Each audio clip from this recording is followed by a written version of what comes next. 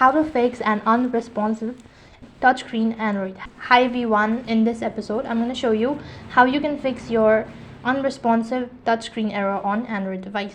Now if your Android device touchscreen is unresponsive, you can try steps to troubleshoot the issues. First of all, you can try restarting your device. So in order to restart your device, hold on to your side buttons for a longer time and just swipe up and restart your device. After you're done restarting it, that might be able to fix the issue. Restarting doesn't help, then you can also try removing screen protector or keys. If you have a screen protector or keys covering the screen, remove it. Sometimes these accessories can interfere with the touch sensitivity as well. You can also try cleaning the screen. Now clean the touchscreen with a soft lint-free cloth to remove any dirt, oil or debris that might be affecting its responsive.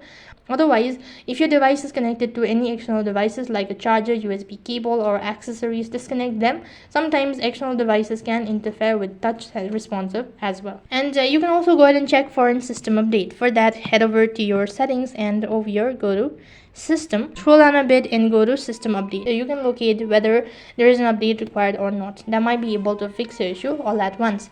Apart from it, if nothing seems to be working out, then you can try rebooting into a safe mode.